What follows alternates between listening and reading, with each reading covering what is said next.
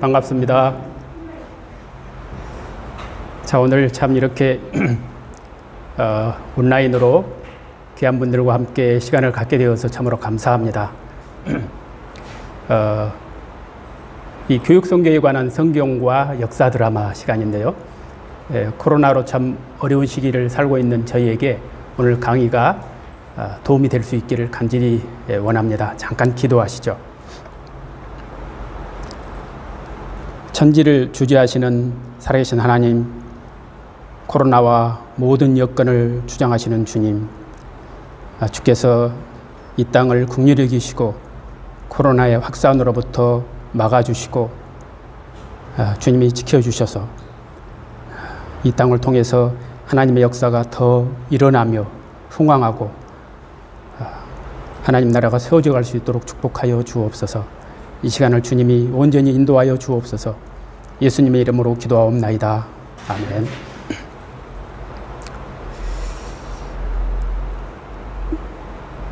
여러분들 코로나로 인해서 참 앞으로 어떤 삶이 앞으로 놓여 있을지 모르는 그런 불안한 날들을 살 때가 많은데, 그런 속에서 여러분들은 하루하루 어떤 생각을 하면서 사십니까?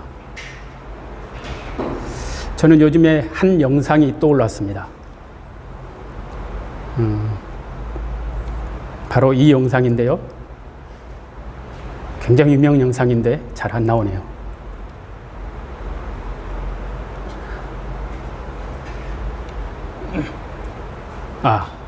이제 나오기 시작했습니다. 이 노르웨이에 있는 트롤퉁가 절벽입니다. 한 사내가 전력 질주를 하면서 달려가다가 그만 끊어진 절벽 앞에서 멈춰 서 버렸습니다. 마음으로는 이 관성 때문에 더 막 나가고 싶어 하는데, 그랬다간 천리길 낭떠러지로 떨어져 죽는 것이죠. 이 앞에서 그는 아무것도 할 수가 없습니다. 저는 이 영상을 보면서 하나님의 음성을 생각해 봅니다. 마치 우리에게 멈춰라, 너를 돌아보라, 성찰하라, 너의 삶의 본질을 생각하라, 이렇게 외치시는 하나님의 음성을 듣습니다. 그래서 저는 이 시간에 우리의 선교의 본질을 그것도 함께 생각해 보는 시간을 갖도록 그렇게 하겠습니다. 자, 여러분, 교육 선교가 무슨 뜻입니까? 교육 선교를 어떻게 이해하십니까? 교육과 선교인가요? 교육을 통한 선교인가요? 교육을 통한 선교, 그것도 역시 교육을 하나의 수단처럼 여기는 경향이 있습니다. 교육 선교라고 했을 때 두 가지의 좀 상반된 주장이 있는데요. 교육은 선교를 위한 수단이다라고 생각하는 경향, 또 한 가지는 오히려 그 반대로 교육과 선교는 별로 관계가 없다, 아주 둘 다 별개의 것인데 어떻게 둘이 융합되며 서로 뭔가 시너지가 일어나겠느냐, 그런 생각들입니다. 그런데 저는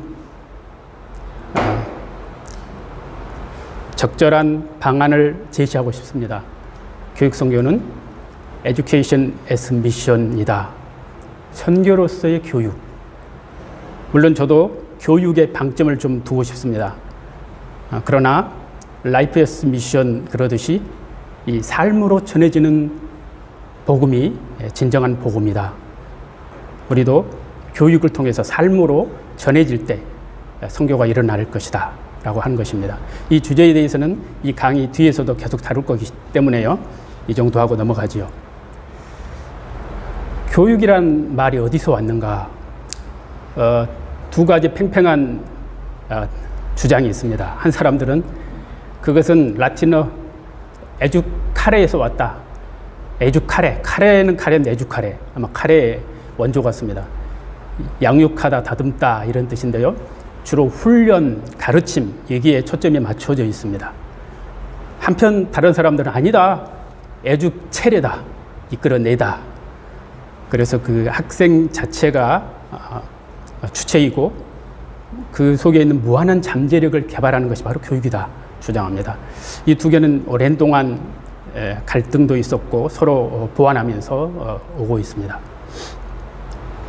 자, 선교는 그렇다면 선교라는 말은 어디서 왔습니까? 미션이란 말은 라틴어 미토, 보내다란 말에서 왔지요. 헬라어에서 아포스텔로가 똑같이 보내다라는 뜻입니다. 거기서 아포슬이라는 영어 단어가 나왔죠. 사도, 즉 사도는 보내심을 받은 자. 그래서 저는 교육 선교사를 이렇게 정의를 해보고 싶습니다. 선교지 학생들을 가르쳐서 제자를 삼도록 보내심을 받은 자. 뭐 아주 만족스럽진 않을지 모르지만 어느 정도 반영하고 있지 않을까 생각합니다. 자, 그러면 먼저 구약에서 나타난 교육 선교를 생각해 보겠습니다. 성경을 딱 펴면 창세기 1장부터 우리는 그곳에서 하나님의 참 신비한 이 교육과 선교에 대한 이야기를 상고히 볼 수 있습니다. 1장에 최초에 우리에게 주어진 명령이 있지 않습니까? 이 문화 명령이죠. 이 명령 속에 우리가 가르치는 교육의 대상, 또 교육의 필요성이 아주 잘 나타나 있습니다. 자, 우리가 가르치는 대상, 그 인간은 어떤 인간입니까? 하나님을 닮은 인간이라고 하는 것이죠. 이것은 대단히 중요합니다. 원숭이를 닮지 않았고, 자연 나무를 닮지 않았고, 인격을 가지고, 종교성을 가지고, 지성, 도덕성, 창의성을 가진 하나님을 닮은 존재. 그래서 그는 정말 독특하고 세계 수십억 인구 중에서 아주 유일한, 유니크한 존재요, 아주 중요한 존재로서 나타내지고 있습니다. 그게 바로 우리가 가르치는 교육의 대상이다. 뿐만 아니라 이 문화 명령을 수행하기 위해서 그것을 수행할 통찰력, 직관력, 상상력 이런 것들을 개발해야 되는데 이것을 위해서 교육이 필요하다라고 하는 것입니다. 교육의 필요성을 생각해 볼 수 있습니다. 에덴 동산에서 교육이 일어났다고 하는 것입니다. 그곳에서 교육자는 하나님이시고요. 교육생은 아담이었습니다. 최초의 교육의 현장, 어떤 현장입니까? 제가 안내합니다. 동물을 짓고 있는 아담입니다. 이 아담이 지금 낙타 막 이름 짓고 있죠. 저렇게 갓난아기로 만들어지지는 않았던 것 같은데 모든 능력을 사용할 충분한 기회가 주어졌고요. 간섭하지 않으면서도 모든 일에 애정어린 관심을 보이시는 하나님, 우리는 그것을 성경에서 찾아볼 수 있습니다. 그곳에 나타난 이 교육의 관계, 하나님과 인간의 교육자와 피교육생의 관계는 한마디로 사랑이라고 할 수 있습니다. 정말 깊이 용납하고 친밀한 교제를 누리고 지켜보고 믿어주고 도움이 필요할 때 도와주는 그 하나님의 교육의 모습. 여러분 오늘 강의 마치고 다시 한번 창세기를 한번 묵상해 보십시오. 그곳에 얼마나 멋진 교육의 원조에 우리가 배워야 될 그 하나님의 교육의 모습이 나와 있는지. 창세기 3장에 나오는 이 가주곳 이 단어로부터 저는 선교의 한 가지 방향을 생각해 봅니다. 아담과 하와를 철수와 영희처럼 그리는 거 보니까 한국 사람들이 그린 것 같은데요. 이 가주곳, 가장 절실한 필요 아닙니까? 그냥 나뭇잎으로 입혀서 해가 뜨면 다시 그냥 말라버리는, 그래서 정말 또 수치를 가려야 되고 가려야 되는 날마다 닥치는 그 고통 속에 있던 그들을 향해서 하나님이 손수 지어주십니다. 그리고 받을 자격이 없는, 하나님을 배신했고 하나님을 떠났고 원수가 되었던, 그래서 진짜 자격이 없는 그들에게 베푸시는 그 하나님의 은혜, 이것이 바로 우리가 베풀어야 될 선교가 아니겠는가 생각해 봅니다. 더구나 하나님은 여자의 후손을 약속하셨고 그를 통해서 영원한 생명의 길을 열어놓으셨습니다. 우리가 해야 할 선교의 길이 있다면 그들에게 우리들도 영원한 생명의 길을 제시하는 일이 우리가 해야 될 길이 아니겠는가 생각해 봅니다. 자, 이어지는 창세기 12장에 아브라함이라고 하는 한 사람을 택하시고 그를 통해서 가계를 이루시고 모세를 통해서 한 민족을 이끌어내시고 가나안으로 인도하셔서 한 국가를 만드시고 그리고 그들을 통해서 이방의 빛으로 삼는 그 일련의 과정이 그 구약의 이후에 다 나와 있습니다. 이 스토리를 이 시간에 다 할 수는 없고요. 시간상으로도 그렇지만 저보다 훨씬 더 이 이야기들이 잘 제시된 책이 있습니다. 미션 퍼스펙티브라는 책입니다. 선교의 성경적 관점, 역사적 관점, 문화적 관점, 전략적 관점이 정말 잘 만들어져 있습니다. 뿐만 아니라 이건 워낙 유명해서 이 강좌도 오랜 동안 이어져 오고 있습니다.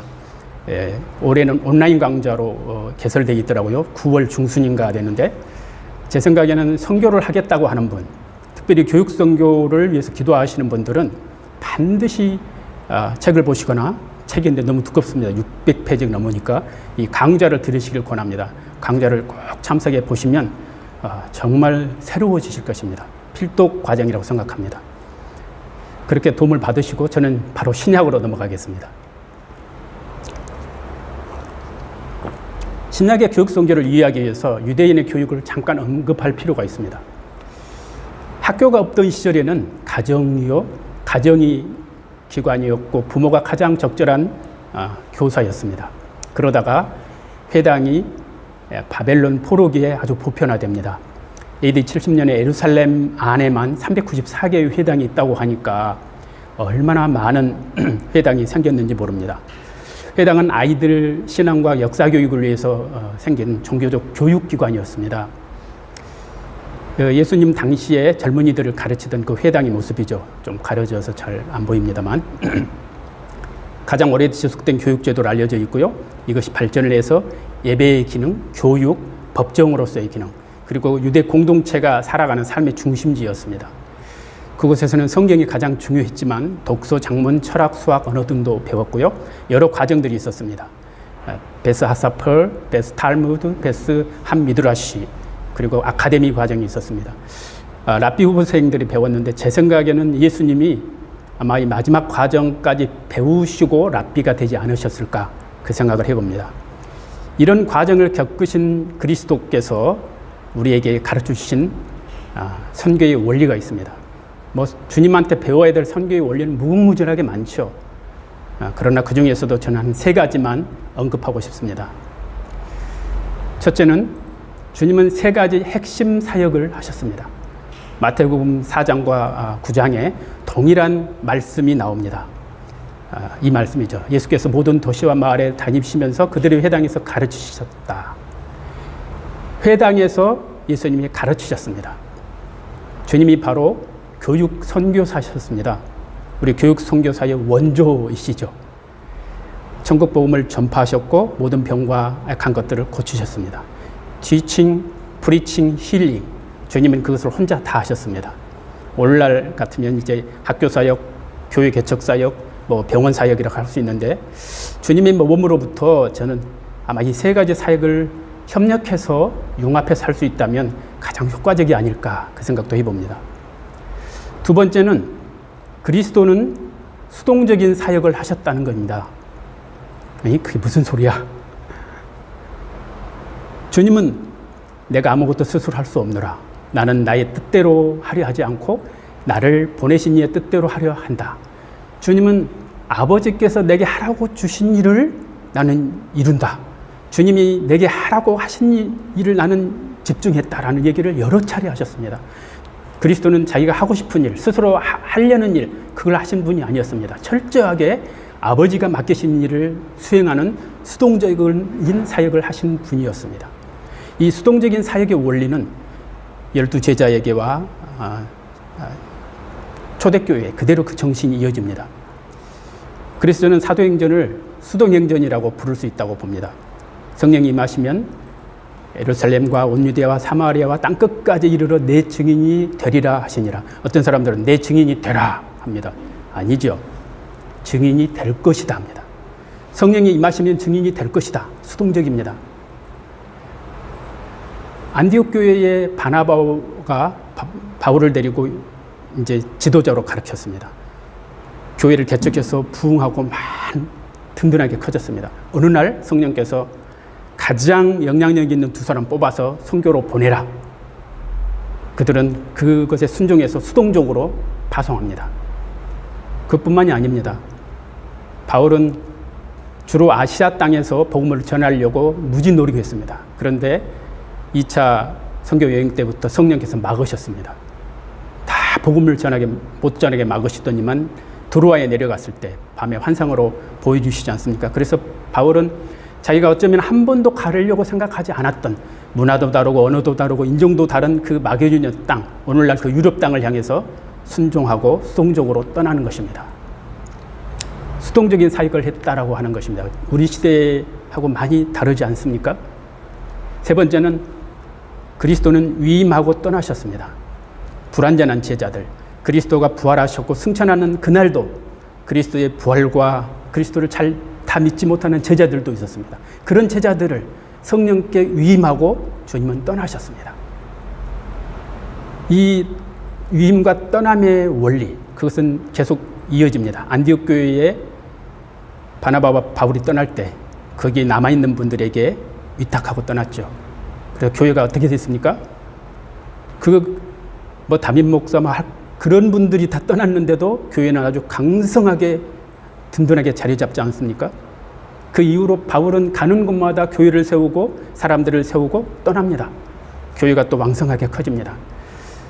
초대교회 당시에 이 위임과 떠남의 원리는 지금하고 매우 다릅니다. 바울은 절대 그곳에서 개척해서 오랜 동안 자리 잡고 이제 부흥시켜서 원로 목사로 남고 그런 방식을 택하지 않았습니다.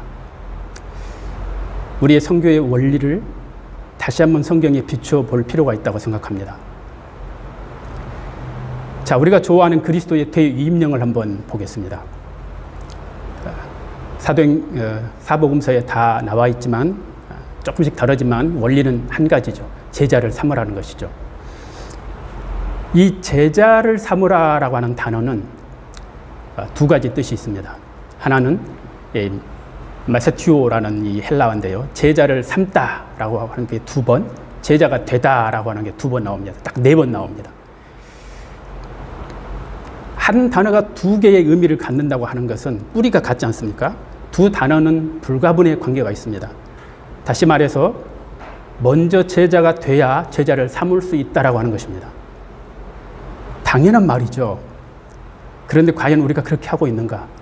저는 제가 과거의 기억을 돌아보아도 정말 제대로 제자가 되기 전에 제자 삼기 위해서 동분서주하고 했던 제 모습을 봅니다. 그러다가 실수하고 실패하고 탈진하고 먼저 진정한 제자가 돼야 제자가 될 때까지 그리고 제자가 된 이후에 제대로 된 제자를 삼을 수 있다고 하는 것입니다. 또 하나는 제자를 삼으라고 하셨지 건물을 세우라고 하지 않으셨다고 하는 것입니다. 심지어는 너희는 가서 학교를 세우라라고도 안 했습니다. 교회를 세우라, 예배당을 세우라 이렇게 하지도 않았습니다. 오늘날 건물을 세워서 이 사역을 하다가 목표가 전도되는 경우들이 있습니다. 사역을 하다가 돈이 없으면 돈 없는 제자를 삼으면 됩니다. 그것이 우리에게 주님이 본래 원하셨던 선교의 출발이었습니다. 자, 더 중요한 내용이 있습니다. 제자 삼음의 방법과 내용이 이 명령 속에 들어있습니다. 세 가지 동사에 나옵니다. 가라, 세례를 베풀라, 가르치라. 이 다 분사인데요. 이 가라는 동사는 부대 상황 분사라고 부릅니다. 이것은 명령의 의미를 가지고 있습니다. 그래서 너희는 가라. 민족을 제자로 삼으라 이렇게 번역하는 건 옳습니다. 자, 왜 가는 일이 중요할까요? 지금은 우리 대한민국의 땅에 수많은 이방인들, 외국인들이 들어와 있습니다. 유학생들 많이 들어와 있습니다. 저는 그들을 사역하는 일이 지금 이 시대에 우리에게 맡겨진 중요한 시대적 사명의 하나라고 생각합니다. 그런데 그게 너무도 지나쳐서 이렇게 말하는 사람들이 있습니다. 봐라, 이제 비싼 돈 들여서 선교사를 보낼 필요가 있겠는가? 들어온 그 이 신실한 지도자감들을 잘 키워가지고 그들을 내보내면 얼마나 놀랍고 효과적이고 경제적인 선교가 되지 않겠느냐. 그렇게 말하는 분들은 한 가지 영역을 간과하고 있는 것입니다. 그 선교지의 그 땅에 예수 그리스도의 복음이 없어서 또 그 땅의 척박한 그 현실 속에 가난과 고통과 눈물의 그 현장에 그 영혼들과 함께 뒹굴면서 함께 살면서 정말 이 영혼들을 위해서 진정 무엇을 해야 되는 것이 주님이 원하시는 것인가 하는 것을 깨닫는 선교사들의 그 절절한 기도와 열정 속에서 나오는 그 선교의 길, 그것을 모른다고 하는 것입니다. 지금은 세계화로 인해서 선교가 너무 쉬운 선교가 되어버렸습니다. 선교는 너무 쉬운 것, 이론만 있으면 선교할 수 있는 것, 성육신적인 희생이라든지 정말 선교를 위해서 내가 치러야 될 대가에 대해서 그냥 잊어버리고 하는 때가 많이 됐지 않았나 싶습니다. 세례를 베풀라, 가르치라는 두 동사는 이 수단의 분사입니다. 다시 말해서 제자를 삼때 어떻게 제자를 삼는 것인가 하는 것입니다. 제자를 삼는 것은 세례를 베풀므로, 가르침으로써 제자를 삼는다라고 하는 뜻입니다. 그런데 그 중에서도 세례를 베풀라라고 하는 명령처럼 오늘날 많이 오해되고 있는 단어가 없습니다. 지금 우리는 세례가 너무 의식적이고 그냥 하나의 식을 끝나면 끝나버리는 그런 게 세례가 아닙니까?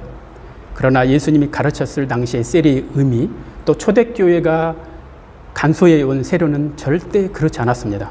제가 증거를 보여드리겠습니다. 초대교회의 세례는 회심의 과정이었습니다. 적어도 64년 네로 박해 이후로는 오순절 때 몇천 명이 모여서 예배를 드렸던 그런 것이 전혀 없어졌습니다. 박해를 받으니 그럴 수가 없죠. 다 지하로 숨었고 가정교회로 흩어졌습니다. 10명에서 15명 정도의 가정교회로 다 모였습니다. 이 교도들이 그리스도인들에게 호감을 느끼고 나도 예수를 믿어야 되겠다라고 하면 그 사람에 대한 정밀 심사가 이루어집니다. 자신의 삶의 방식을 바꿀 수 있는가? 이 사람이 진짜 자신의 행위와 습관을 기꺼이 바꾸고자 하는 사람인가? 확인해서 판단이 되면 그때 이제 받아들입니다. 그런 다음에 2단계 세례 문답학교가 시작됩니다. 일주일에 몇 차례, 이른 아침에. 이 과정이 보통 3년 진행됐다고 합니다. 짧게는 2년도 됐지만 늦어지면 5년까지도 진행되는 과정입니다. 이게 바로 초대교회 최초의 교육기관이라 할 수 있습니다. 여러분 생각해 보십시오. 세례 문답이 어떻게 도대체 3년을 하느냐. 제가 설명을 드리면 이해가 되실 겁니다. 이 과정은요, 그리스도인이 되면 앞으로 닥칠 긴장되고 힘든 상황을 그리스도처럼 구별된 방법으로 이겨내는 습관을 형성할 때까지, 습관이 형성될 때까지 교육을 받는 것입니다. 그리스도인으로서의 실천을 자신의 삶에 내면화시키고 반사적인 행동 양식의 변화를 경험할 때까지, 반사적으로 행동이 나올 때까지라는 것입니다. 예를 들어서 너희를 저주하는 자를 사랑하고 핍박하는 자를 위해서 기도하라, 이 말씀이 있잖아요. 누군가 나를 욕합니다, 박해합니다, 저주합니다. 그랬을 때 바로 반사적으로 그를 위해서 기도하고 축복하고 정말 사랑하고 한다는 것입니다. 바로 이렇게 내 삶의 양식이 습관이 되고 내 속에 내면화가 되고 반사적으로 이렇게 일어날 때까지, 저 사람을 볼 때 이것이 진정 삶에서 일어난다라고 확인이 될 때까지 기다렸다고 하는 것입니다. 우리 시대하고 대단히 다르죠. 그런 다음에 교리를 가르치고 침례를 거행하고 신앙 고백을 하면 교육 공동체 일원으로 받아들입니다. 그 전까지는 절반만 예배에 참석하고 보냈는데 이제 달라집니다. 다시 말해서 세례를 베풀라는 뜻은 삶이 전적으로 달라진 자로 옷 입는 과정이었습니다. 가르치라는 말도 그리스도가 분부한 모든 것을 지킬 수 있도록, 이 부정사죠. 지킬 수 있도록 가르치라는 겁니다. 다시 말해서 그리스도가 우리에게 분부한 많은 내용들, 하나님의 백성은 어떻게 살아야 된다, 제자도의 길, 제자의 삶은 이렇게 돼야 된다, 그런 것들을 진정 지킬 수 있도록 가르칠 때까지 그것이 바로 제자로 삼는 과정이었다고 하는 것입니다. 우리가 제자를 삼때 내가 제대로 제자를 삼고 있는가 하는 것을 다시 한번 말씀 속에 우리는 비춰보아야 된다고 생각합니다. 자, 세 번째, 초대교회의 교훈을 한 가지 생각해 보겠습니다. 초기 기독교 300년간 교회 성장이 극도로 어려운 환경에서 여러분 이해하시다시피 초대교회에는 예수를 믿는 사람들이 모이면 그 집이 불태워지곤 했습니다. 예수를 믿는다는 이유 때문에 언제 닥칠지 모르는 그 죽음을 항상 생각해야 했습니다. 죽음이 절대 멀리 있지 않았습니다. 객관적으로 볼 때 기독교가 성장할 수 없는, 전혀 그럴 수 없는 환경이었습니다. 그럼에도 불구하고 우리가 알다시피 세대를 거쳐서 막 50만 명씩 계속 교회가 성장했고 나중에 로마 전역에 뿌리를 내리고 그 세계를 바꾸지 않습니까? 이렇게 놀라운 선교가 일어난 요인은 과연 무엇이었을까 하는 것입니다. 우리가 이 시간에 이것을 잘 이해한다면 우리의 교회, 우리의 사역의 현장에 그때처럼 혁명적인 일이 일어난 어떤 그 계기가 되지 않을까 그 생각을 해봅니다. 자, 사도행전 2장과 4장에 그 초대교회 공동체의 모습이 나와 있습니다. 저는 이 말씀 속에서 초대교회가 가졌던 독특성 세 가지를 생각해 보려고 합니다. 자, 노랗게 써 있는 부분을 보십시오. 믿는 사람이 다 함께 있어 날마다 마음을 같이하여 성전에 모이기를 힘쓰고 집에서 떡을 떼며 기쁨과 순전한 마음으로 음식을 먹고 믿는 무리가 한 마음과 한 뜻이 되었다. 자, 어떤 특성이 있습니까? 예, 그렇죠. 친밀한 교제라고 할 수 있습니다. 그 교회 공동체끼리 깊은 교제, 그 코이노니아. 초기 기독교 공동체가 가지고 있었던 특별한 두 가지 특징이 있습니다. 하나는 근본적인 평등입니다. 그때 당시에 가장 소외된 계층은 여성과 노예와 버려진 사생아들이었습니다. 그들도 역시 교회 공동체 안에서 동등한 형제 자매로 인정을 받았습니다. 203년에 카르타고의 순교 현장에서 있었던 일입니다. 비비아라고 하는 그 귀족 출신의 여성이 있었고요. 노예 출신의 두 남성이 있었습니다. 그 몇 사람이 예수를 믿었다는 이유 때문에 원형 경기장에 수많은 사람들이 지켜보는 앞에서 이제 맹수의 밥이 되기 위해서 기다리고 있었습니다. 마지막으로 평화의 입맞춤을 하게 됐습니다. 이방인들이 볼 때 귀족들과 이 노예가 그런 평화의 입맞춤을 한다는 건 이건 충격적인 일이었습니다. 그러나 그들은 그리스도 안에서 진정 마음을 열고 서로 사랑의 입맞춤을 하고 그 충격적인 모습을 보여주었습니다. 그것을 지켜보던 사람들은 어찌할 줄 몰랐습니다. 그리고는 다 이구동성으로 이렇게 소리쳤습니다. 저들은 왜 저렇게 사는가? 기독교 공동체 안에는 근본적인 평등이 있었습니다. 특별히 또 하나는 서로 화해의 훈련이 있었습니다. 다툼이 생기면 교회 감독이 불러서 화해하기 전까지 형제자매라 부르지도 못하게 하고 함께 예배도 못 드리게 했습니다. 형제 간의 이 평화와 일치가 하나님이 받으시는 훨씬 큰 예배, 희생제사라고 그들은 믿었습니다. 서로 치명적인 약점이 있었지만 여러분 그들이나 우리나 뭐 큰 차이가 있었겠습니까? 다 치명적인 약점이 있죠. 그 약점이 있는데도 불구하고 그것을 이해하고 보듬고 그들을 인정하고 그러면서도 온전히 하나가 되었고 화해하고 기독교의 공동체를 이루어갔다고 하는 사실입니다. 자, 두 번째 특징을 보겠습니다. 자, 노랗게 된 부분인데요. 우리 한 목소리로 한번 같이 읽어보겠습니다. 시작. 모든 물건을 서로 통용하고 또 재산과 소유를 팔아 각 사람의 필요를 따라 나눠주며 모든 물건을 서로 통용하고 자기 재물을 조금이라도 자기 것이라 하는 이가 하나도 없더라. 그 중에 가난한 사람이 없으니 이는 밭과 집 있는 자는 팔아 각 사람의 필요를 따라 나누어 줌이라. 자, 여러분, 이 대목을 언뜻 보면 좀 공산주의 같다는 생각이 들지 않습니까? 그런데 공산주의하고 다른 점이 있습니다. 공산주의는 이 재산을 다 국가가 빼앗아 가지고 강제적으로 또 분배합니다. 그런데 초대교회는 절대 강제성이 없습니다. 다 자발적입니다. 다 개인의 소유를 인정합니다. 형제의 필요와 아픔을 보면서 자발적으로 자기의 것을 내놓았던 것입니다. 매우 다르죠. 진정한 사랑입니다. 진정한 사랑. 형제를 진정 사랑하고 이웃과 원수까지도 사랑했던 그들의 사랑의 모습입니다. 그들은 사도들의 가르침에 말씀 그대로 순종했습니다. 누가 이 세상의 재물을 가지고 형제의 궁핍함을 보고도 우리는 자주 보지 않습니까? 도와줄 마음을 닫으면 하나님의 사랑이 어찌 그 속에 거하겠느냐? 그들은 궁핍함을 보는 즉시로 실천에 옮겼습니다. 그래서 이방인들은 그들을 볼 때 보라, 저들이 서로 어떻게 사랑하는지 그들이 그렇게 소리친 겁니다. 부의 축적이 유발하는 속박으로부터 온전히 자유로워지기를 원했습니다. 그들은 초대교회 성도들은 부로부터 속박되기를 원치 않았습니다. 나는 오로지 그리스도에게 속박되고 싶다. 그리스도에게 매여서 세상 그 모든 것으로부터 온전한 자유를 누리고 싶다. 진리가 너희를 자유케 하리라 하는 그 말씀 그대로 세상의 그 어떤 것도 나를 속박할 수 없다. 나는 그런 삶을 원한다. 그들의 삶의 목표였습니다. 그렇기 때문에 형제사랑이 나올 수 있었던 것이죠. 뿐만 아니라 그들은 원수를 어떻게 사랑했는지 보십시오. AD 251년에 데시스 황제가 기독교도를 엄청 박해했습니다.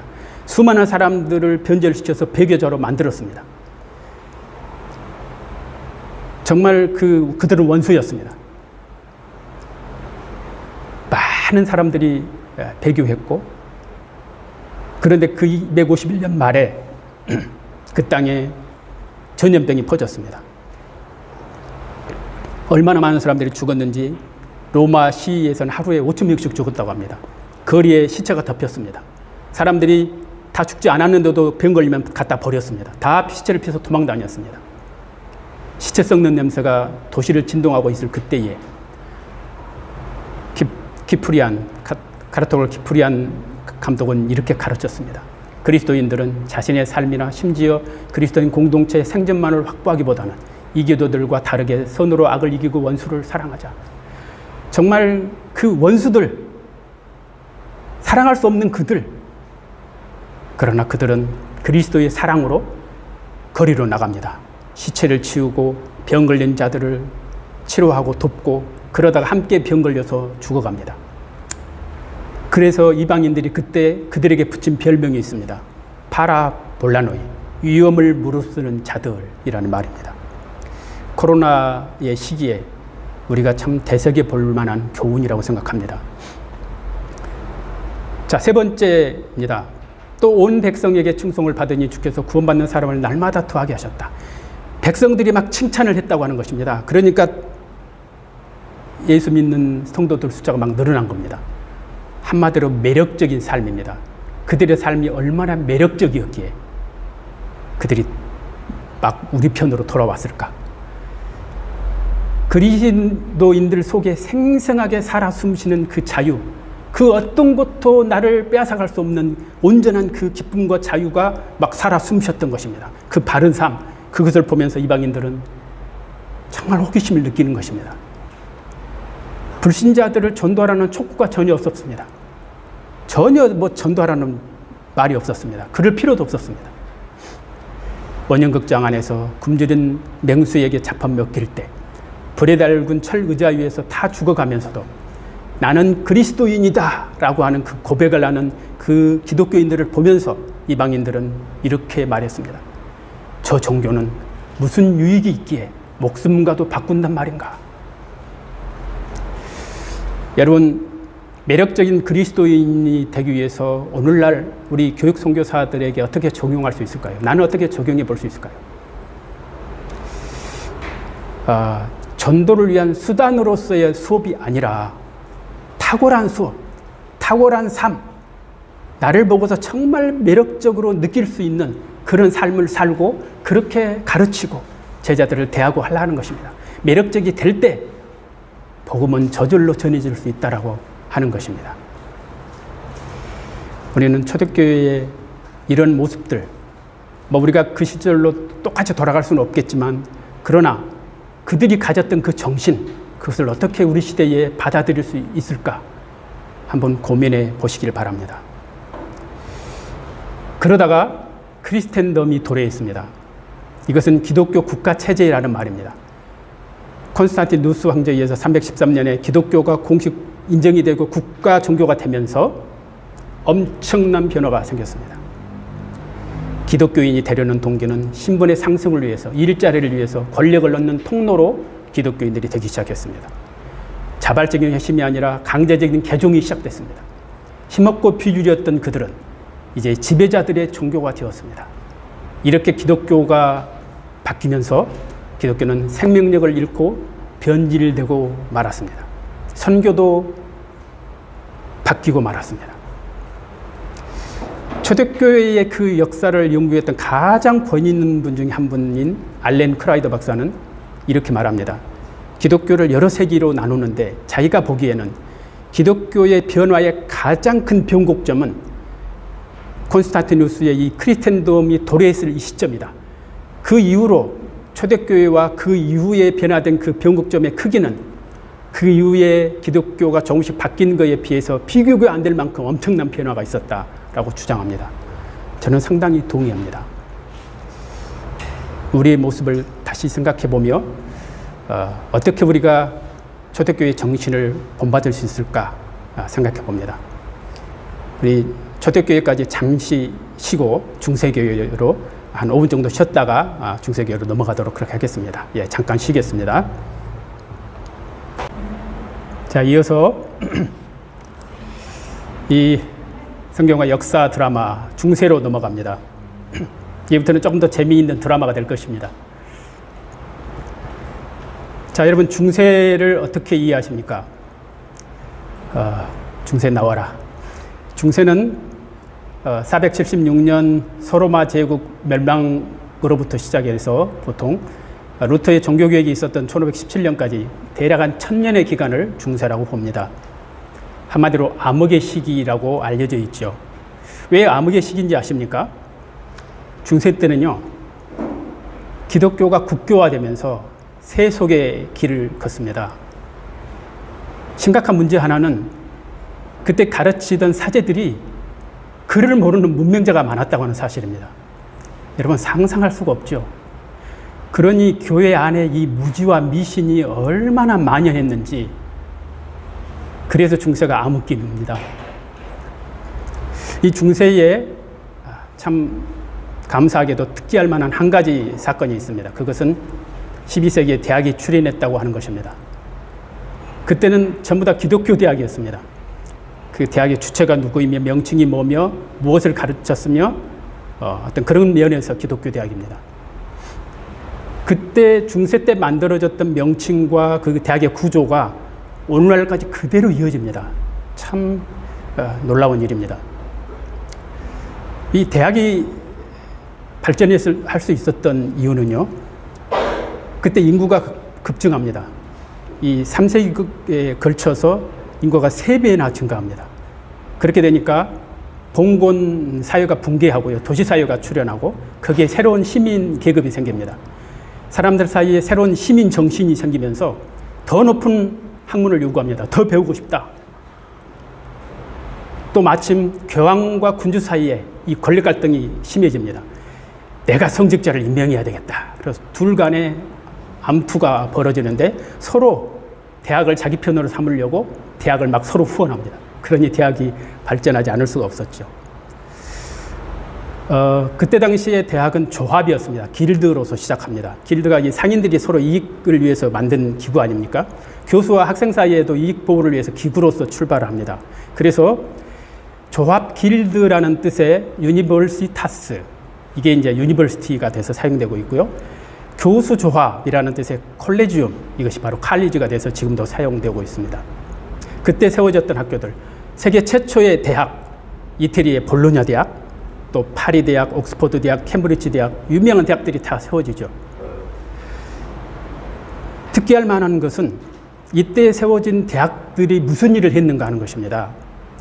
크게 두 가지의 역할을 역사 속에 해냈는데요. 하나는 르네상스였고 또 하나는 종교개혁이었습니다. 르네상스는 인간 자체가 중심이고 인간이 최대의 가치고 인본주의 교육, 인간 중심의 교육이었습니다. 반면에 종교개혁은 하나님 중심의 교육, 하나님과 이웃을 사랑하기 위해서 정말 전문적인 직업인으로 가르치는 것들을 중요시 여겼습니다. 여러분, 한 대학 안에서 두 가지의 아주 상반된 두 길이 나타났다고 하는 것, 무엇을 의미할까요? 이 레바논 출신의 찰스 말리기의 주장이라든지 네덜란드 교육위원회, 자유대학을 세웠던 교육위원회 그들의 주장에 의하면 기독교 대학을 제대로 세우지 않으면 이 배운 사람들이 결국에 하나님을 거역하고 그들은 하나님의 사상에 반하는 세상주의의 앞잡이가 될 것이다. 상층부의 모든 영역이 다 사단의 영역으로 넘어가 버릴 것이다 라고 주장합니다. 오늘날 기독교 대학을 중요시 여기고 그 학문의 영역, 그 문화의 영역을 저희가 잘 따져서 하나님의 영역으로 가져와야 될 이유가 있는 것입니다. 자, 근대로 넘어갑니다. 우리는 종교개혁의 위대한 선배들을 보면서 야, 종교개혁 시대에 드디어 본격적인 교육, 선교가 일어났을 것이다 라고 기대합니다. 그러나 여러분, 전혀 그러지 못했습니다. 왜 그런지 아십니까? 그들의 신학 때문이었습니다. 그들은 이렇게 말했습니다. 대유임령은 최초의 사도들에게만 국한된 거다. 지금 우리하고는 상관없다. 지금 저 불신자들은 자기들의 책임이지 전혀 관계없다. 여러분, 위대한 종교 교육자들의 신학도 역시 온전하지 못했다라고 하는 것입니다. 신학도 그랬지만 캐톨릭처럼 예수회라든지 도미니카 종단, 교단처럼 막강한 재력과 인력을 가진 그런 조직된 자체가 하나도 없었습니다. 힘이 없었죠. 그러니 그 역할을 할 수가 없었습니다. 근대 개신교의 선교는 독일 경건주의 운동으로부터 시작합니다. 여러분, 이 독일 경건주의 운동으로부터 점화된 이 개신교 선교가 어떻게 그 불꽃이 옮겨지고 그것이 또 다른 데로 타오르고 옮겨지고 하는가를 여러분 면밀히 한번 보시기 바랍니다. 경건주의 운동은요, 이 종교개혁자들 이후로 나타난 게 정통주의인데 한마디로 교리를 중시하는 주의입니다. 교리를 잘 만들고 교리가 정확해야 되고 그러다 보니까 너무도 메마르고 열매가 없고 형식적인 그것에 대한 반발, 그것에 대한 혁명이 바로 경건주의였습니다. 하나님을 개인적으로 만난 그 회심, 회개와 정말 이 중생과 죄사함에 대한 그 경험, 이런 것들이 바로 경건주의였습니다. 이것을 주장하다 보니까 그때 당시에 이 정통주의 사람들이 이들을 이단이라고 보고 경계합니다.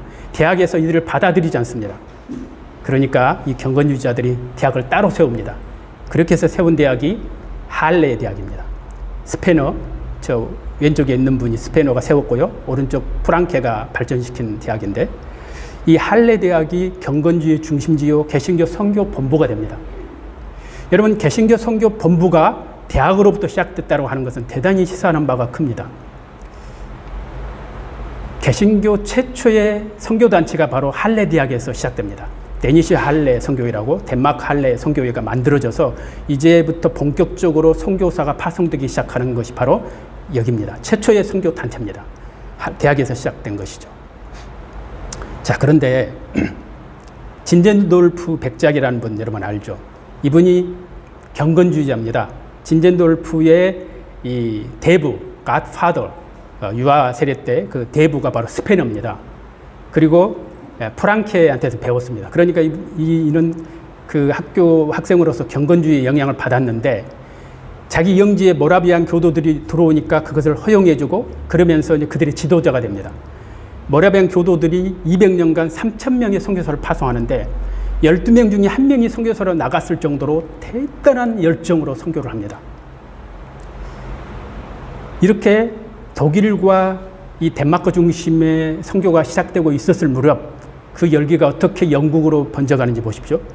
주한 웨슬리가 주의 사역을 위해서 노력하다가 어느 날 뉴 잉글랜드, 오늘날 미국으로 건너갑니다. 가다가 배에서 풍랑을 만납니다. 이제 죽게 생겼습니다. 너무나 고통스러워서 막 기도하면서 막 좌절하고 있는데 선상에서 너무도 평화롭고 아름다운 일간의 무리들이 찬송을 하면서 평화롭게 있는 모습을 봅니다. 죽음 앞에서, 풍랑 앞에서도 움직이지 않는 그들을 보면서 누군가 했더니 그들이 바로 모라비안 교도들이었습니다. 그런 충격을 받았고 나중에 영국으로 돌아와서 모라비안 교도들과 교제합니다. 그들이 모임에서 어느 날 말씀을 통해서 그리스도께서 내 모든 죄를 다 사하셨다고 하는 확신 속에 그가 완전히 변화됩니다. 주한 웨슬리가 그때로부터 40년간 그의 위대한 설교 사역이 시작됩니다. 말을 타고 오늘날 지구를 9바퀴 반을 돌았을 정도로 안 가본 곳이 없을 만큼 그런 말 위에 서서 다니면서 새벽에 그 깊은 갱도로 들어가는 탄광촌의 그 사람들 앞에서 그들을 격려하고 위로하고 말씀을 전하고 그들이 왼종일 일하다가 갱도에서 나오는 시간에 가서 그들을 맞이하고 그들에게 위로와 생명의 말씀을 전했을 때 얼굴이 검댕으로 완전히 까매진 그 사람들이 눈에서 눈물이 흘러내리면서 그들이 감독하고 감격하고 변화됐던 그런 놀라운 얘기들은 너무도 많습니다. 이 웨슬리에 의해서 감리교가 조직되고요. 가난한 자들을 돕고 그들이 회심하고 하는 역사가 일어나기 시작합니다. 이 주한 웨슬리는 어떤 큰 일을 했느냐면 근대 개신교 선교 운동에 초석을 놓습니다. 영국의 선교 운동에 초석을 놓지만 그게 결국에 전 세계의 개신교 선교 운동에 초석을 놓는 장본인이 됩니다. 뿐만 아니라 프롤레타리아들을 복음 안으로 끌어들이는 위대한 일을 합니다. 독일의 경건주의가 그 민족주의를 자극합니다. 그래서 결국 독일인들은 자기들의 우월주의를 앞세워서 세계 대전으로 온 세상을 몰아넣는 데에 반해서 주한 웨슬리는 이 프롤레타리아들을 복음 안에서 끌어들여서 많은 사람들은 주한 웨슬리가 영국을 복음으로 구출했다라고 평가를 합니다. 이 주한 웨슬리의 이 닦아놓은 선교운동의 초석이 그 다음에 위대한 인물로 연결됩니다. 우리가 너무도 잘 아는 인물이 바로 이 바탕 위에서 영국에서 나옵니다. 누굽니까? 윌리엄 캐리입니다. 근대 선교의 아버지라고 부르죠. 그런데 그가 바로 교육 선교사였다라고 하는 것은 잘 알려지지가 않았습니다. 그는 가난했죠. 그래서 정규교육을 조금밖에 받지 못했습니다. 구두스성공으로 살았습니다. 그런데 그런 지적 탐구 능력이 대단했습니다. 성경, 과학, 역사, 작문, 언어들을 다 독학해서 아주 놀라울 정도로 수준 있게 배웠고요. 영성과 그 인성을 조화롭게 그런 성장한 분이 됐습니다. 특별히 이 언어 능력이 탁월해서 라틴어, 헬라어, 히브리어에 아주 실력 있는 분이 됐습니다. 이것은 그가 나중에 선교사로 가서 그 언어 교수로서 또 성경 번역을 하는 전문가로서 큰 바탕을 이룹니다. 그 인도의 방언으로 44개의 성경을 만들어내거든요.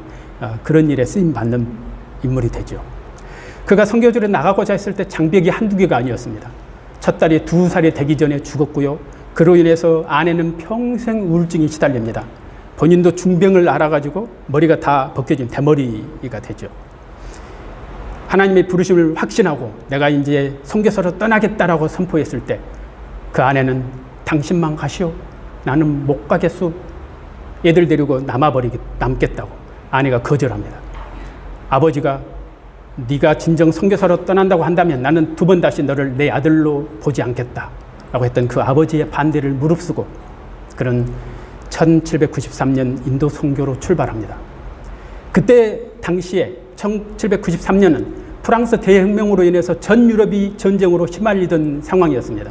영국, 스페인, 덴마크들이 막 전쟁의 상황으로 몰아치는 전쟁의 시기였습니다. 그때에 윌리엄 캐리는 선교를 위해서 출발합니다.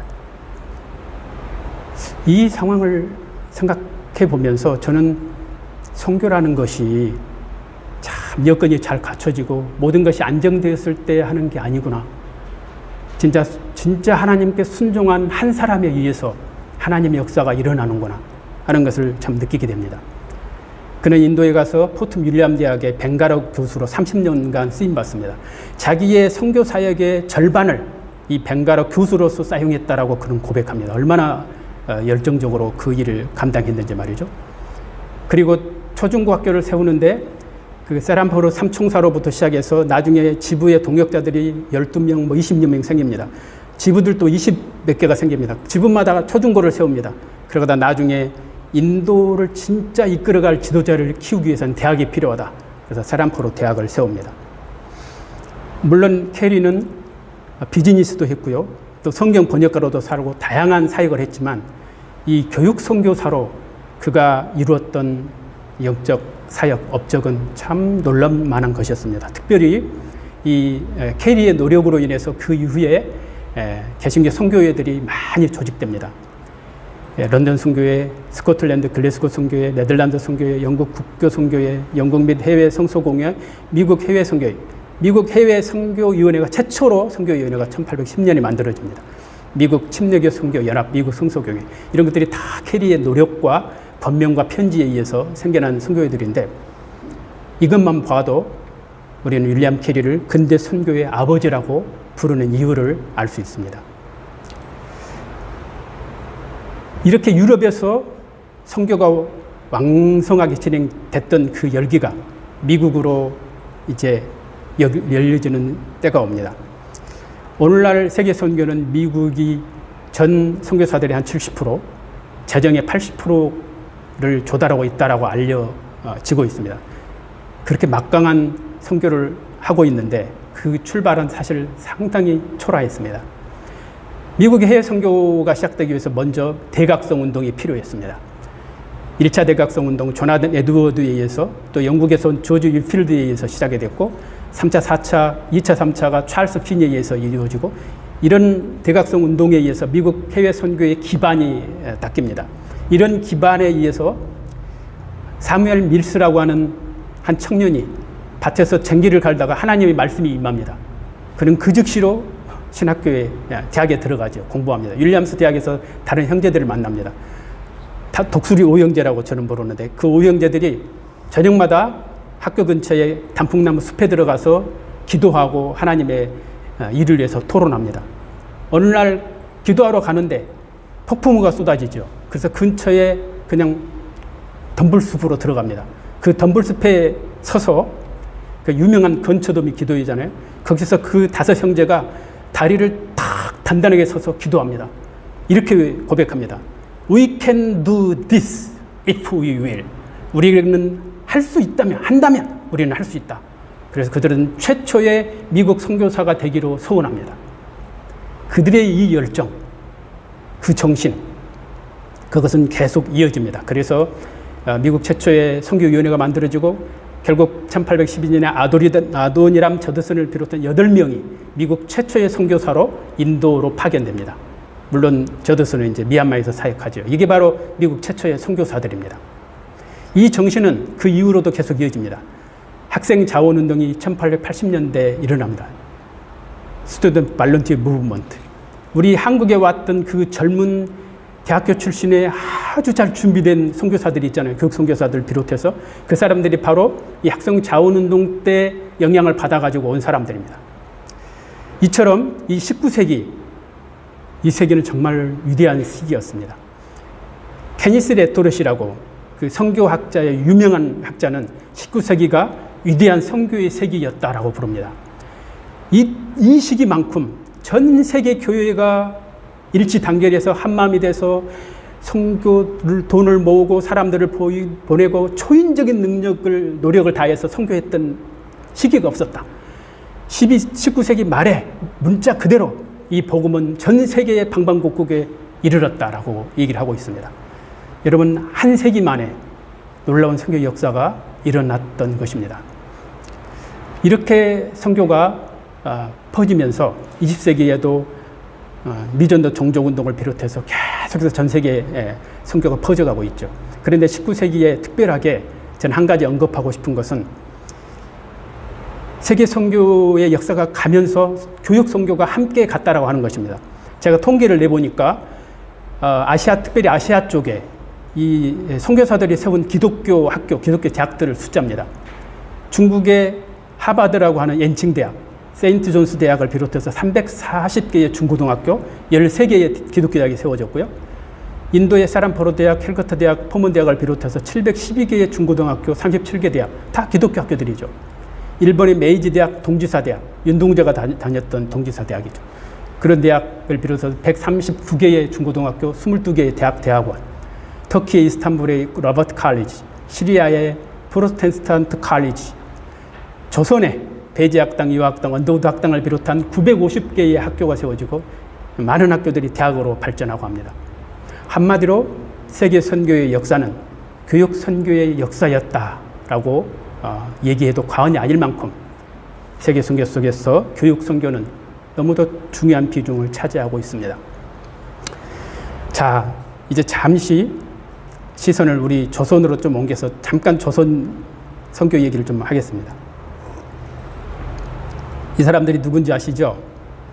네, 언더우드, 아펜젤로, 스크린턴이지 않습니까? 조선에 들어온 최초의 교육 선교사들이죠. 이분들을 연구해 볼수록 하나님이 얼마나 참 귀한 분들을 준비시켰다고 보내셨는지. 언더우드는 인도 선교사로 준비하고 있었고, 아펜젤로는 일본 선교사로 가려고 했고, 스크린턴은 52세가 될 때까지 그렇게 잘 있던 분들을 보내셔서 교육 선교사로 쓰시고 한국에 참 대학들을 세우게 하시죠. 많은 선교사들이, 교육 선교사들이 와서 많은 일을 했지만 정말 위대한 일들 많이 했습니다. 백정제도 아시죠? 박성춘은 백정은 할아버지 백정, 아버지도 백정, 자기도 백정, 자식도 백정이었습니다. 대대로 백정은 물려갑니다. 그런데 그 박성춘이 어느 날 교회를 다니면 백정에서 벗을 수 있다는 얘기를 듣고 무어하고 이 선교사들 만납니다. 그리고는 이제 오늘날 승동교회 초창기 그 교회에 가서 신앙생활을 열심히 합니다. 그러다가 그 승동교회에서 나중에 투표를 해서 최초의 장로가 됩니다. 양반 출신도 있고 서로 투표를 했는데 제일 먼저 백정이 장로가 된 겁니다. 위대한 역사죠. 그 아들이었던 박봉출은 이 백정이 돼야 되는데 세브란스의 1기 의과대학에 입학해서 제1기 의사가 됩니다. 박서양이라고 최초의 서양 의사가 되죠. 그들에 의해서 여성이 해방되지 않습니까? 남녀 차별이 얼마나 컸습니까? 남편은 안방에 가서 밥 먹지만 부인은 부엌에서 쪼그려서 밥을 먹어야 되고, 뭐 칠거지약 그래서 애기 못 낳으면 쫓겨나고, 뭐 하인들이 남편이 하인들 대하듯이 허서 이렇게 하게 그런 말투로 부인한테 하고, 그랬던 차별이 엄청 심했던 그들 시대에 남편과 함께 함상에서 밥 먹고 여성들이 해방이 되고 그들에 의해서 참 민족의 지도자들이 배출되었던 너무도 많은 일들이 일어나죠. 평양 대부흥운동을 거치면서 영적 대각성을 경험한 사람들이 이제 배움에 대한 목마름이 일어납니다. 회개를 하고 변화되니까 야, 하나님이 진짜 어떤 분이지? 성경이 어떤 책일까? 배우고자 하는 그 욕구. 그래서 그들은 학교를 쌓습니다. 자식들을 배우려고 가르칩니다. 그래서 교회가 계속 학교를 세웁니다. 한 교회가 한 학교를 세웁니다. 그래서 한 교회 한 학교 운동이 그때부터 일어납니다. 그래서 조선에 950개 학교가 세워지는데 대표적인 학교들 보십시오. 이게 참 전국에 세워진 학교들 이렇게 많습니다.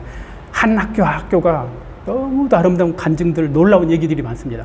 그 중에 제가 간단하게 한 학교를 얘기하려고 합니다. 양명여학교, 빨갛게 양명학교라고 써 있죠. 제가 지난 올 2월에 설날에 익산에 있는 그 할아버지 댁, 우리 자녀들 데리고 할아버지 댁 다녀오면서 그 근처에 공주에 꼭 가보고 싶은 이 학교가 있더라고요. 그래서 같이 데리고 갔습니다. 양명중고등학교, 지금은 멋진 학교가 됐습니다. 그런데 초창기에는요, 이 학교도 이렇게 생겼고 선교촌이 좀 있었습니다. 그 학교의 본당에 지금 이런 동상이 있습니다. 미스터, 미세스 샤프 부부하고 유관순. 그들이 어떤 관계인가? 미스터 샤프 남자가 한국에 와서 이 앨리스를 만나서 결혼하죠. 그리고 그 두 사람이 공주의 책임자가 돼서 옵니다. 공주에서 학교를 세우고 사역을 하면서 그 인근에 전도를 많이 다녔습니다. 어느 날 남편 샤프가 논산에 전도하고 오는 길에 이 폭풍우를 만납니다. 폭우를 만납니다. 그래서 그 비를 피하기 위해서 들어간 집이 공교롭게도 상여를 보관하는 곳집이었습니다. 근데 그 상여가 이질에 걸렸던 사람을 실었던 상여여가지고 그걸 만지는 바람에 이질에 걸려서 한 달 반 만에 32살인가에 죽습니다. 하루아침에 자식도 없이 과부가 된 이 미세스 샤프, 사 에릿이라고 하는 앨리스 샤프, 그래서 그 여성은 충격을 받았지만 사역을 계속해야 되겠다는 생각으로 거기에 눌러앉습니다. 그래서 자기는 자식이 없으니까 조선 여성들, 어린 여성들은 이제 양녀로 삼습니다. 어느 날 천안의 병촌을 갔는데 그곳에 보니까 11살의 똘똘한 여학생이 있어요. 그 부모한테 얘기해서 양녀로 삼겠다고 하고 데려온 게 유관순입니다. 이 양명고등학교에서 가르치다가 너무나 뛰어나니까 그를 이화학당에 보내고 이화학당에서도 고등과에 보냅니다. 장학금을 주어서. 유관순은 거기서 공부하다가 방학이면 돌아와서 후배들을 양명학교에서 가르치곤 했습니다. 3.1운동이 터져서 학교가 폐교되고 유관순이 고향으로 돌아왔습니다. 선생님, 우리 제자들, 후배들, 우리가 이렇게 있어서는 안 됩니다. 우리도 민족의 독립을 위해서 외쳐야 됩니다. 그래서 양명학교하고 가까운 교회에서 태극기를 만들기 시작합니다. 엄청나게 태극기를 만들어서 4월 1일 아마 그날이 장날이었던 것 같아요. 병촌 그 아운의 장터에 한꺼번에 일어나서 대한민국 만세 독립운동을 일으켰습니다. 그 죄로 유관순은 붙잡혀서 서대문 형무소에 가서 고초를 당하다가 형기 2달을 남겨놓고 18살 나이에 죽습니다. 그 위대한 유관순이 바로 이 샤프 부부에 의해서 가르침을 받았고 선교사들에 의해서 배출되었다고 하는 사실입니다. 이 학교 뒤에 나무 보이죠? 그 동산에 올라가면요, 몇 개의 무덤이 있습니다. 앞쪽에 있는 무덤은 올리브의 무덤이고 뒤쪽은 그 오빠 우광복의 무덤입니다. 이 가족의 사진인데요. 윌리엄스 부부가 이 샤프 부부의 뒤를 이어서 책임자로 공주에 옵니다. 이 가운데 남자아이가 우광복이고 그 아버지가 조선을 너무너무 사랑한 나머지 조선이 빨리 독립이 되라, 광복이 되라 해서 우광복이라고 짓습니다. 밑에 여동생 올리브는 정말 자기가 사랑하는 동생이었죠. 그런데 그곳에서 둘이 너무도 천진난만하게 남동생도 있었지만 자라다가 11살 나이에 올리브가 가서 죽습니다. 그 뒷동산에 여동생을 묻고 이 우광복은 이제 대학생 공부를 위해서 덴버로 갑니다. 미국에. 그곳에서 의과대 학생이 돼서 나중에 군의관이 돼가지고 조선으로 이제 옵니다. 군의관 장교가 돼서 1945년 9월 말경에 이 우광복을 태운 배가 인천에 이제 상륙할 즈음에 우광복이 간판으로 나와서 대령한테 보고합니다. 그때 보니까 간판에서 와작지껄 일이 벌어졌던 거예요. 뭐 서로 말을 못 알아들어서. 그래서 우광복이 통역을 해줍니다. 들어보니까 저 사람들이 자기들은 일제에 한거에서 싸웠고 지금 이 조선의 책임자로 온 하지 중장 사령관을 정말 존경한다고 얘기합니다. 대령이, 야, 너 어떻게 조선말을 이렇게 유창하게 아니? 대령님 보십시오. 저 앞에 벽이 까맣고 지붕이 빨간 저 집 보이지 않습니까? 저 집이 바로 제가 태어난 집입니다. 그때 우광복은 이 미국 군인 중에 조선말 안 하면 거의 유일한 사람이었던 것 같습니다. 대령이 하지 중장에게 소개합니다. 우광복이 하지 중장의 보좌관이 돼서 이제 따라다닙니다. 하지 중장이 이제 조선을 다시 이제 독립했기 때문에 이 새롭게 하기 위해서 각 영역의 전문가들이 필요한데 이 우광복한테 요청합니다. 나는 잘 모르니까 네가 좀 전문인들을 좀 찾아달라. 그래서 우광복이 교육계 고문관 책임자로 이 언더우드의 아들 원한경을 이름을 줬고, 그리고 농업의 책임자 그 윌리엄스가 그 공주에서 굉장히 농업을 많이 했는 농업 전문가로 아버지 이름을 쓰고, 그래서 그렇게 다 썼는지는 모르겠지만 48명의 사람들을 써서 제출했다고 합니다. 그들에 의해서 초창기에 조선이 그 근대 국가가 세워질 때 그들이 참 귀한 역할을 했다고 하는 것입니다. 우광복은 나중에 미국으로 건너가죠. 근데 이 동생을 못 잊어서 내가 죽으면 내 동생 곁에 묻어달라. 그래서 결국 그 유해가 와서 그 옆에 묻힌 것입니다. 여러분, 양명학교 하나만 해도 이렇게 너무 아름다운 사연들 있지 않습니까? 이 조선에 세워진 그 많은 수많은 학교들은 너무도 놀라운 간증들을 안고 있는 것입니다. 그때로부터 100년이 지난 지금은 어떻게 바뀌었는가? 지금은 말이죠, 한국인이 해외에 기독교 학교를 세우는 때가 됐습니다. 아시아, 아프리카, 중남미 할 것 없이 초등학교가 104개, 중고등학교 55개, 대학이 44개, 그래서 총 810개나 세웠습니다. 한국선교연구원이 발표했는데 수년 전에 다 조사가 되지 않았다라고 얘기합니다. 지금은 한국인들이 이 기독교 학교를 세우는 시대가 됐습니다. 그런데 이 학교들의 공통적인 어려움이 있습니다. 선교사님들이 열정에 의해서 학교를 세우지만 그들을 가르칠 자격을 갖춘 수준 높은 교사나 교수가 부족합니다. 간절히 이것을 기다리고 있습니다. 최근에도 저한테 요청을 합니다. 제발 그런 분들을 좀 보내달라. 또한 기독교적인 정체성으로 세워졌는데 그런 학교로 재정과 인력을 가지고 잘 지속 발전할 수 있는가 하는 숙제들입니다. 그래서 이 일을 돕기 위해서 하나님이 파우아라는 단체를 세우셨습니다. 13년 전에 세우셨고요. 지금 파우아 회원대학이 19개의 대학이 돼서 아시아, 아프리카, 중남미까지, 남미까지 회원대학이 있습니다. 지금도 여전히 대학이 세워질 준비를 하고 있고 그렇습니다.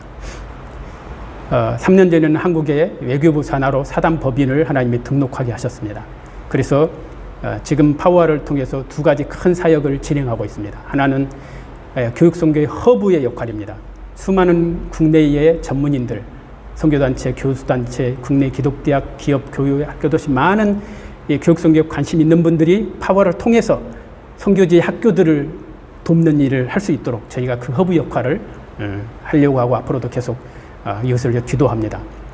또 한 가지는 교육선교의 에듀의 기능, 교육과 연구와 컨설팅 기능, 이 두 개의 사역을 저희가 계속 기도하며 사역을 감당하고 있습니다. 자, 이제 마무리하려고 합니다. 지금까지 저희는 성경과 역사 속에서 이 교육선교가 어떻게 이어져 왔는지, 어떻게 놀랍게 하나님의 일들이 이루어져 왔는지를 들었습니다. 저는 2020년 지금 이 세계 교육선교의 역사의 바통이 우리 한국인들, 특별히 한국의 기독 전문인들에게 바통이 넘겨졌다라고 믿습니다. 그 증거가 몇 가지 있습니다. 첫째, 가난을 극복한 경험. 67달러의 전쟁 이후에 쓰러져 가던 국가가 3만 불이 넘는 소득이 될 때까지 우리는 그 모든 것을 경험한 경험을 가지고 있습니다. 전 세계가 우리를 부러워하고 배우려고 합니다. 민주화를 이룬 경험. 정말 아직도 독재 속에 있는 국가들이 수두룩한데 그들은 대한민국의 이 민주화의 경험을 너무도 부러워하고 배우려고 합니다. 영적 부흥, 영적 자원에 안아도 될 정도입니다. 교육의 수준, 대학 진학 비율이 67%로 OECD 중에 1위가 10년 넘게 지속되고 있습니다. 교육으로 성공한 나라로 알려져 있습니다. 한국인의 기질을 보십시오. 근면, 불굴의 도정정신, 개척정신. 한류, 대장금, 제가 선교제에 있던 때는요, 대장금을 하는 그날은 잔업을 시키면 상사가 살아남지 못했습니다. 대장금을 보지 않으면 그 다음날 친구들하고 대화가 통하지 않았습니다. 하나님이 아시아, 중동, 남미 할 것 없이 전 세계에 선교를 위한 선물로 한류를 주셨다고 저는 믿습니다. 한국인이 제일 잘할 수 있는 교육선교, 가장 효과적이고 열매가 많은 교육선교, 이 시대에 우리에게 주어진 사명으로서의 교육선교, 우리가 이것을 계속해서 이어가고 가장 잘할 수 있는 이 일을 위해서 기도하고 주를 위해서 작게나마 내가 할 수 있는 역할을 감당해야 되지 않겠는가 저는 생각합니다. 예, 제 강의는 이 정도 마무리하려고 하고요. 여러분들 강의를 들으시면서 질문들 이 유튜브 댓글로, 카톡으로 댓글로 좀 보내주시면 그 중에서 좀 답변도 제가 하도록 그렇게 하겠습니다. 벌써 많이들 보내주셨군요. 예, 두 가지 질문이 들어왔습니다.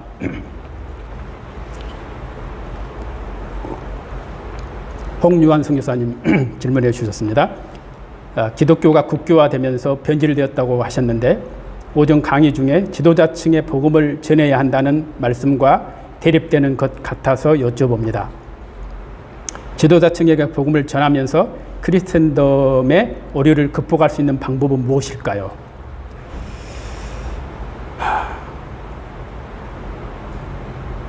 지도자층에게 복음을 전하면서 크리스천덤의 오류를 극복할 수 있는 방법. 예. 참, 네, 질문 감사합니다. 참 쉽지 않은 일일 수는 있죠. 그러나 그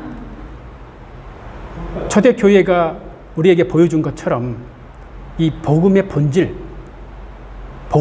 어디에 있습니까? 우리가 세상 속에서 힘을 갖는 게 본질이 아니지 않습니까?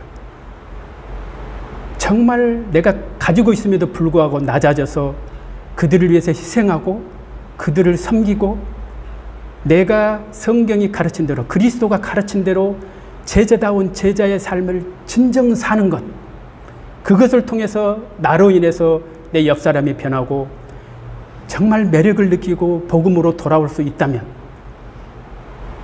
그것이 바로 복음의 생명력이 아니겠습니까? 그 기독교의 어떤 그 본질이 유지될 때 그 기독교 초창기에 지도자들 포함해서 전부 다 기독교 안으로 돌아왔다고 저는 믿습니다. 그분들이. 그러니까 결국에 복음의 능력이지 그것이 어떤 지도자층이기 때문에 어렵고 그러진 않지 않는가 저는 그렇게 생각합니다. 자, 두 번째 질문입니다.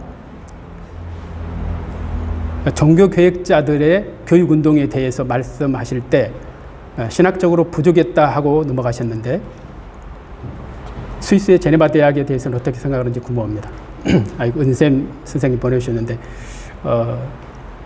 저는 이 기독교 역사학자가 아닙니다. 저도 좀 공부해야 되겠습니다. 이렇게 전문적인 지식은 죄송합니다. 그러나 이 종교개혁자들이 신학적으로 그렇게 닫혀져 있었다고 하는 것은 기독교 역사에 일반적으로 널리 알려진 사실입니다. 예. 자, 혹시 질문이 있으면 계속 좀 보내주시기 바랍니다. 세 번째 질문입니다.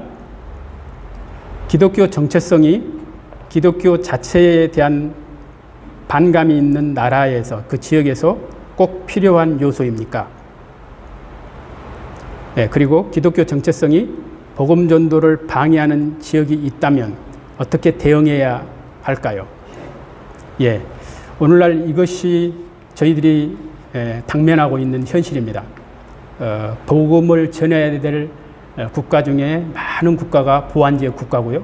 이슬람권이라든지 공산주의권이라든지 불교권이라든지 그런 국가들입니다. 기독교 복음에 대한 반감도 있고 그런 지역에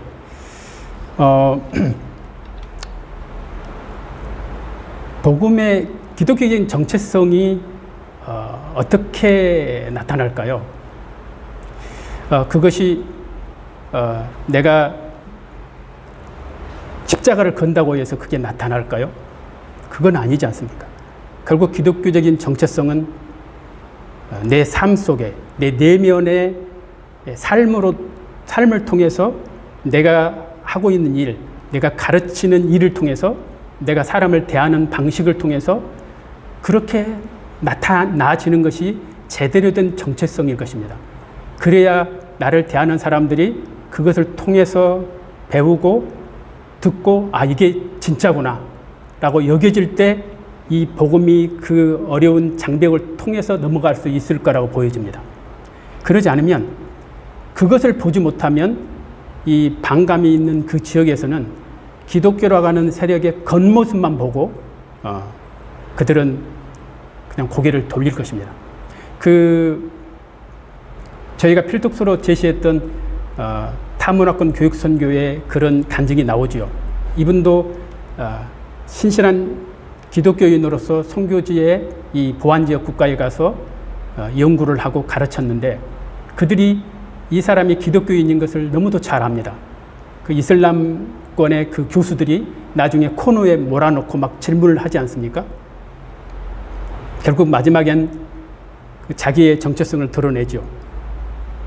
너가 예수를 따를 거냐, 알라를 따를 거냐, 말해라. 뭐 이런 정도까지 이렇게 몰아쳤을 때 하나님이 주신 지혜로 얘기를 하지요. 그러나 그들은 교수님의 평소의 모습, 신실한 그리스도인의 모습을 보면서 결국에 그 논쟁이 끝난 이후에 몇 사람이 남습니다. 그리고 질문을 합니다. 저희는 기독교에 대해서 정말 더 알고 싶습니다. 당신이 믿는 기독교에 대해서 더 잘할 수 있는 방법이 없습니까? 이렇게 하지 않습니까? 결국 삶을 통해서 어떻게 우리가 복음을 전할 수 있는가? 그것이 과제일 것 같습니다. 제가 알고 있는 한 대학이 이슬람권에 지금 세워지고 있는데요. 그 대학에서는 설립총장님이 이렇게 합니다. 아직 이제 그 이슬람권에서 복음 전도를 어떻게 해야 되는지 모르는 교직원들을 위해서 사약을 받습니다. 나는 들어오면 직접적으로 복음 전도를 뭐 사역료를 통해서나 이런 식으로 복음 전도를 하지 않겠다. 처음에는 저희들 굉장히 충격적이었습니다. 그런데 나중에 얘기를 듣고 보니 그분은 진정 이 이슬람권에서 복음을 어떻게 전해야 되는지 아는 분이라고는 생각이 들었습니다. 복음은 그렇게 말로 해서 적대감을 일으키는 그런 방법을 통해서 전달되는 것이 아니다. 삶을 통해서, 교육을 통해서 뭐 기독교적인 용어를 얘기하지 않더라도 그들이 이 복음의 본질에 녹아져서 들어오는 그날, 그것이 바로 진정한 복음이 전해지는 것이다라고 하는 것입니다. 답변이 좀 됐는지 모르겠습니다.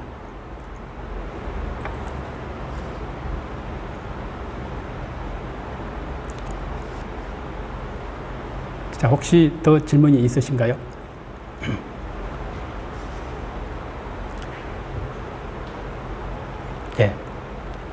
예, 더 질문이 없으신 것 같습니다. 여러분 감사합니다. 귀한 시간 이렇게 청취해 주신 여러분 감사합니다. 오후에도 여러분 오늘 강의하고 관련된 내용으로 소그룹 토의를 잘 해주시고요. 이번 주간 또 화요일부터 시작된 강의들, 아주 주옥 같은 강의들이 있습니다. 정말 귀하신 분들을 저희가 이번에 모셨기 때문에 여러분들 절대 강의 놓치지 마시고, 또 얘기 들어보니까 소그룹 토의가 너무 아름답게 진행이 되고 있다고 합니다. 너무 좋아합니다. 그래서 꼭 빠지지 마시고 계속해 주시고, 마지막 금요일 날 또 자기의 선교 계획안 발표하고 하는 것까지도 여러분 참여해 주시면 이번 기회를 통해서 아주 좋은 결실을 얻으리라고 믿습니다. 예, 여러분 감사합니다. 이상 마치겠습니다.